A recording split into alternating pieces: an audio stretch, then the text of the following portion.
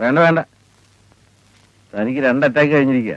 ഡോക്ടർമാർ പറയുന്നതൊക്കെ താൻ ഇതൊക്കെ ചെയ്യുന്നതുകൊണ്ടാ പത്മാവതി തന്റെ മേലെ ഇത്രയും നിയന്ത്രണം വെച്ചിരിക്കുന്നത്. നമ്മളെ നന്മയ്ക്ക് വേണ്ടിയാ ഭാര്യമാരെ നമ്മുടെ മേലെ 144 കർഫ്യൂ ഒക്കെ ഏർപ്പെടുത്തുന്നത്. പത്മാവതി ഇത്രയും കടുംപിടുത്തം പിടിക്കുന്നതുകൊണ്ടാ തന്റെ മക്കൾ 4 വഴിയാകാതെ ഒത്തൊരുമിച്ച് കഴിയുന്നത്. അതെനിക്കറിയാമോ. ആ പെണ്ണിനെ കാണാൻ എന്നാ പോകേണ്ടത്? താൻ പറഞ്ഞു എപ്പോ വേണമെങ്കിലും നമുക്ക് പോവാം. എന്താണോ പെണ്ണിന്റെ പേര്? ശ്രീദേവി.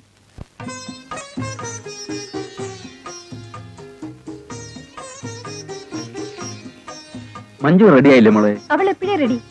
മഞ്ജു വരുന്നു.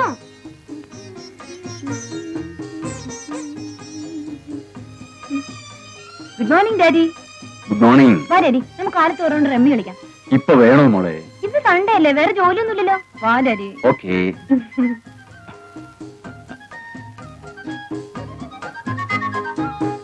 ആ ചേച്ചിയും വാ. അയ്യോ എനിക്ക് ഒരുപാട് ജോലിയുണ്ട്. ഓ അതൊക്കെ പിന്നെ ചെയ്യാം. ചേച്ചി ഇരിക്കും. ഡാഡി ഇരിക്കും മോളെ.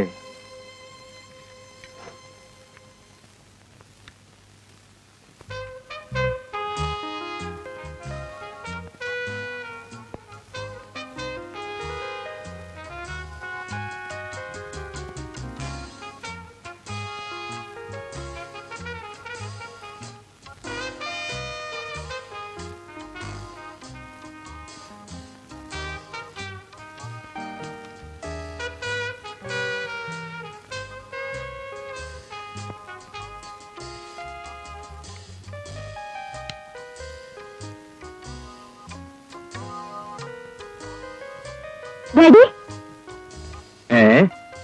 ആ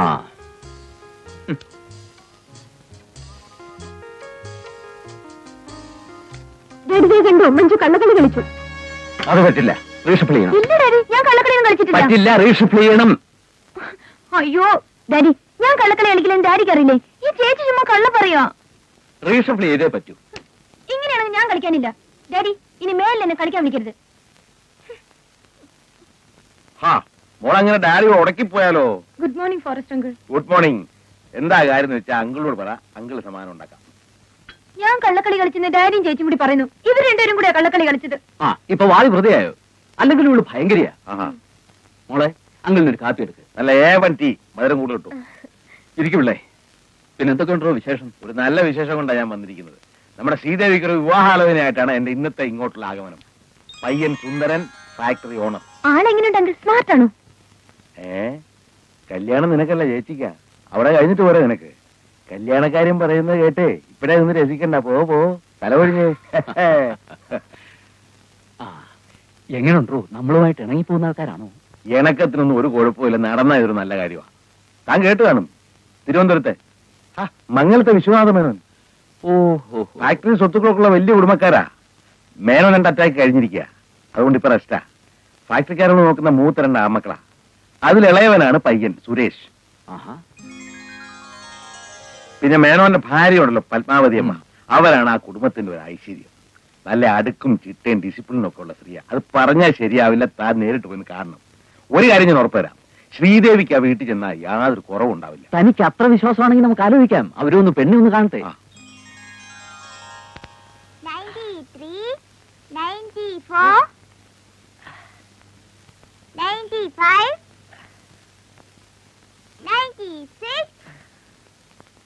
97, 98, 99, 100. ജസ്റ്റ് കുറച്ചുകൂടെ ഒന്ന് മിള്ളപ്പായ ഞാൻ കമലിനെ പോലെ ആവും. കമലിന്റെ ഡാൻസും മമ്മൂട്ടിയുടെ അഭിനയ ശേഷം കൂടെ ഉണ്ടെങ്കിൽ കസറും അല്ലേ ചാലു? ഒരു വാലും കൂടി വെച്ചാ ശരിക്കും കസറും. എടി നീ അങ്ങനെ തന്നെ കളിയാക്കൊന്നും വേണ്ട. ഒരു ദിവസം നീയും വരും ഒരു ഓട്ടോഗ്രാഫ് എന്റെ ഒപ്പ് വാങ്ങിക്കാൻ. ഓ പിന്നെ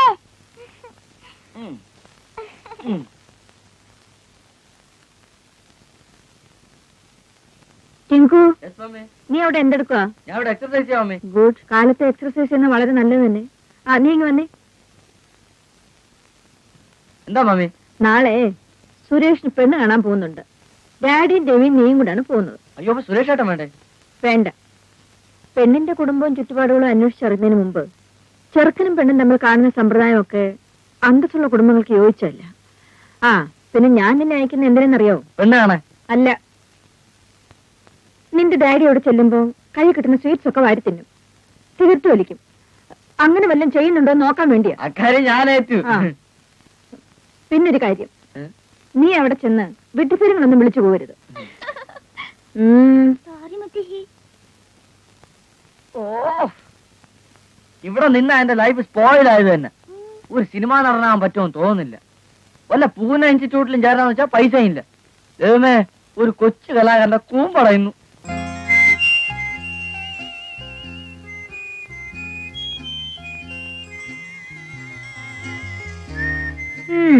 ഒരുങ്ങിക്കോ ഒരുങ്ങിക്കോ. ചേച്ചിക്ക് വേറെ പണിയൊന്നുമില്ലേ? ഇങ്ങനെ പെണ്ണ് കാണാൻ വരുന്നവരുടെ മുമ്പിൽ ഫാഷൻ പരേഡ് നടത്താൻ. ഈ ഏർപ്പാടിന് എന്നെ കിട്ടില്ല. വരുന്നവരുടെ ഓരോ വിഡ്ഢി ചോദ്യങ്ങളും നോട്ടവും. പെണ്ണിന് കോങ്കണ്ണുണ്ടോ, അതുണ്ടോ, ഇതുണ്ടോ? ഞാനാണെങ്കിലേ ആദ്യം ചെറുക്കനെ കണ്ട് ഇഷ്ടപ്പെട്ടാലേ ചെറുക്കനെയും പാർട്ടിയും വീട്ടിൽ കയറ്റു.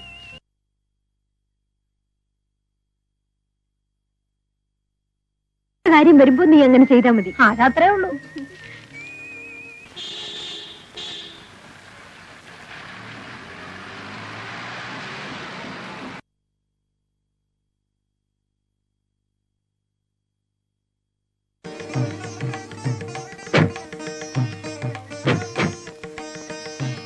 ഇതാണ് വിശ്വനാഥൻ.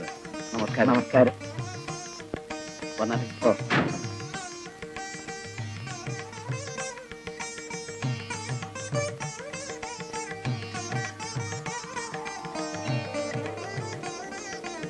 ഇരുന്നാട്ടെ.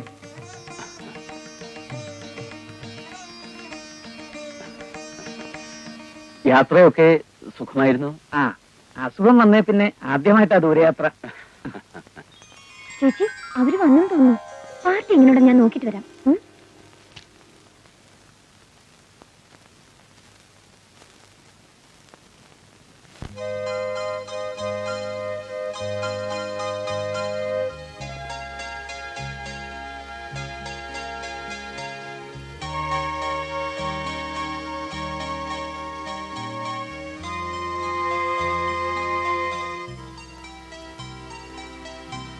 നിങ്ങൾ ഫസ്റ്റ് ബെഡോ സെക്കൻഡ് ബെഡോ തേർഡ് ബെഡോ അന്വേഷിച്ചു എനിക്കെന്താ വേണ്ടത്? ഞാൻ കണ്ടിട്ട് നാളെ തിരിച്ചു കൊടുക്കും. അപ്പൊ കണ്ടാ മതി. ഓ, കൽപ്പനയായിരിക്കും. അതെ.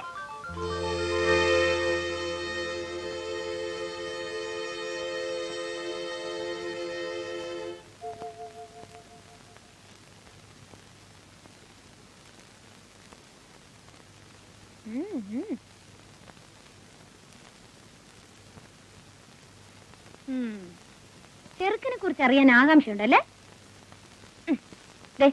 അമ്മായി അച്ഛൻ കൊള്ളാം. ഒരു തറവാടിയുടെ എല്ലാ ലക്ഷണമുണ്ട്. പിന്നെ കൂട്ടത്തിൽ കൊള്ളാവുന്നൊരു സ്ത്രീയുണ്ട്. ചേട്ടന്റെ ഭാര്യയാകാനാണ് സാധ്യത. ആ, പിന്നൊരു പൊടിപ്പയനുണ്ട്. അവനെ കണ്ടാൽ അറിയാം ആളൊരു വട്ടുകേസാണെന്ന്. പിന്നെ ചേച്ചിയുടെ കാൻഡിഡേറ്റ് ഒരു മണ്ടൻസ് ലുക്കാണ്. ആ, പിന്നെ നിങ്ങൾ രണ്ടുപേരും തമ്മിൽ ചേരും. അയ്യോ, ഇത് കേട്ട് ഹാർട്ട് ഫെയിൽ ഒന്നാവണ്ട, ഞാൻ വെറുതെ പറഞ്ഞതാ. ചെറുക്കൻ നല്ല റൊമാൻറ്റിക് ഹീറോയെ പോലുണ്ട്. ഒന്ന് ചിരിച്ചേ.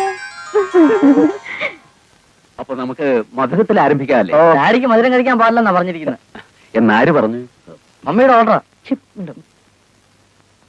എനിക്ക് ഷുഗറിന്റെ അല്പം കംപ്ലൈന്റ് ഉണ്ട്. അത് സാരമില്ല, നല്ലൊരു കാര്യത്തിനാവുമ്പോ അല്പം മധുരമൊക്കെ കഴിക്കാം, അല്ലേ ഉള്ളേ? വേണ്ട വേണ്ട, താൻ കിട്ടുന്ന മധുരമൊക്കെ വാരി വലിച്ച് തിന്നാലേ എനിക്ക് പിന്നെ ഇങ്ങോട്ട് വരാൻ പറ്റത്തില്ല. ഇപ്പോഴേ എന്നാ വൈകിക്കണ്ട, തിരുവനന്തപുരം വരെ എത്തേണ്ടതല്ലേ. മോളെ വിളിക്ക്. നിന്നോട് ആരാടെ വീട്ടിൽ നോക്കി എഴുന്നേൽക്കാൻ പറഞ്ഞേ? മമ്മി പറഞ്ഞിട്ടോ? മുന്റെ മമ്മി പോട്ടടോ, തന്റെ നന്മയ്ക്ക് വേണ്ടിയല്ലേ പത്മാവതി അമ്മ അങ്ങനൊക്കെ പറയുന്നത്. മനുഷ്യനെ നാണം കെടുത്തിയില്ലേ? ഞാൻ ഭാര്യയുടെ അടിമയാണെന്നല്ലേ അദ്ദേഹം കരുതൂ. എടോ, എല്ലാ വലിയ വീടുകളിലെയും ഭർത്താക്കന്മാര് ഭാര്യമാരുടെ അടിമയായിരിക്കും. ഭാര്യയുടെ അടിമയാകുന്നൊരു സുഖമാണെടോ. കല്യാണം കഴിക്കാത്തത് എനിക്ക് എങ്ങനെ അറിയാം? അത്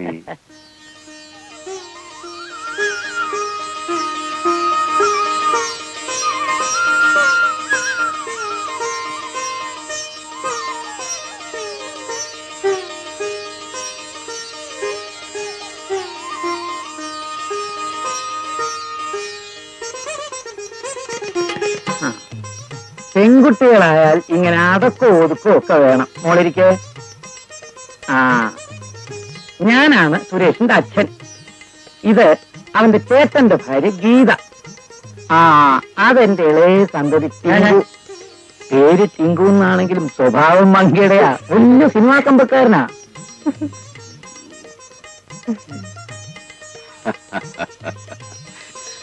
ആ ഇത് സുരേഷിന്റെ അനിയൻ രവി, ഡോക്ടറാ. അപ്പൊ ചെറുക്കം വന്നില്ലേ? അല്ല അവൻ വരായിരുന്നു. അപ്പഴാ ഇൻകം ടാക്സിന്റെ പ്രോബ്ലം. ലക്ഷക്കണക്കിന് രൂപയുടെ പ്രശ്നം പോകാതിരിക്കാൻ പറ്റുമോ? ഇൻകം ടാക്സിന്റെ പ്രോബ്ലം ഒന്നുമല്ല.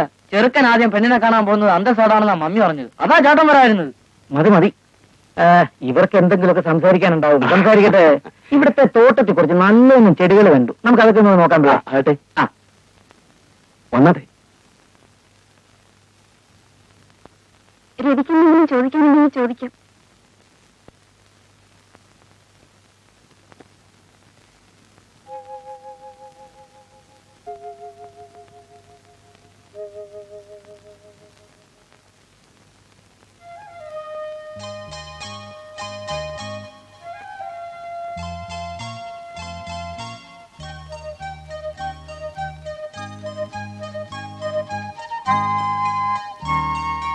എന്താ ഡോക്ടർ സാർ വല്ലാതെ വേർക്കുന്നത്? ഭയങ്കര ചൂട്. ഈ സമയത്ത് വേർക്കേണ്ട ചേച്ചിയാ. അല്ല ഒന്നും ചോദിക്കാനില്ലേ? ഏതുവരെ പഠിച്ചു? എന്നെ ഏതാ സബ്ജക്ട്? മലയാളം. ഏത് കോളേജിലാണ് പഠിച്ചത്? സെയിന്റ്. സോറി മാഡം, നിങ്ങൾ എന്നെങ്ങനെ പറഞ്ഞുകൊണ്ടിരുന്ന എങ്ങനെ? ചേച്ചിക്കും കൂടെ എന്തെങ്കിലും പറയാനൊരു അവസരം കൊടുത്തൂടെ? നിങ്ങൾ മണവളം ചെറുക്കിന് ഡമ്മിയായിട്ടല്ലേ വന്നത്? അപ്പൊ പിന്നെ ഞാനും ചേച്ചിയുടെ ഡമ്മി വന്നാൽ എന്താ തെറ്റ്? എന്തെങ്കിലും ഉച്ചത്തിൽ ചിരിക്കുന്നത്? എന്താ ചിരിച്ചൂടെ? ചിരിക്കാം. ഏതായാലും പെണ്ണ് കാണാൻ മമ്മി വരാതിരുന്ന ഭാഗ്യം. എങ്കിലും ഈ ആലോചന ഇവിടെ വെച്ച് തീർന്നേനെ. ഭഗവാനേ.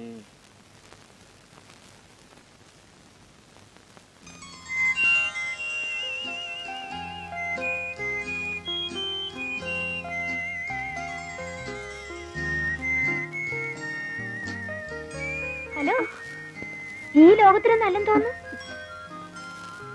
അടുത്ത മാസം പാർട്ടി ഇവിടുന്ന് ബാക്കപ്പ് ചെയ്യുമല്ലോ. ആര്?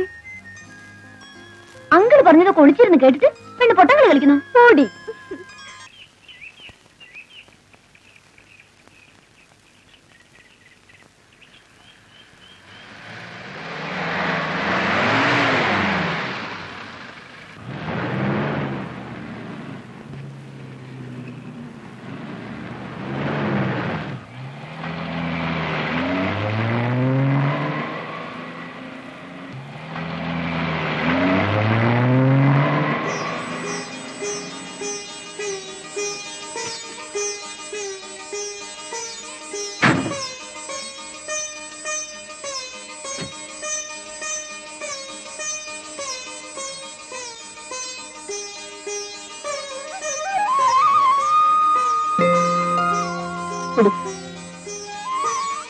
വലുതുകാലം വെച്ച് കയറുമ്പോഴേ എല്ലാവരോടും അകത്തോട്ട് വരാൻ പറ. അല്ലേ?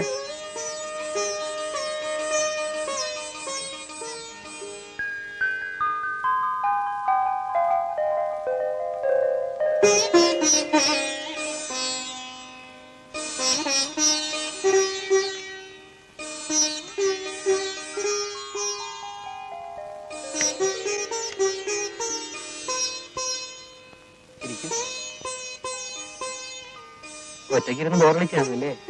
ഇല്ല, ശാലിനോട് ഇത്രയും നേരം ഇവിടെ ഉണ്ടായിരുന്നു. അയ്യോ, എന്നിട്ട് എവിടെയാണോ പോയി കാണും. സാധാരണയായിട്ട് അവൾ ഇവിടെയാണ് കിടക്കാറ്. അല്ല, ഇനി മുതലത് പറ്റില്ലല്ലോ. എന്താ ഞാൻ പറഞ്ഞത് ഒരു റിയാക്ഷനും ഇല്ലേ? നാണമായിരിക്കും.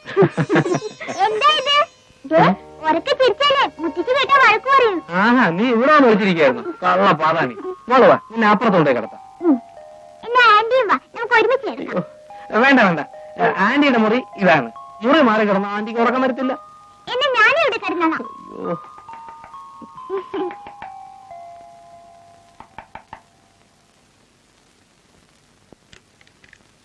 മോളിവിടെ ഉണ്ടോ?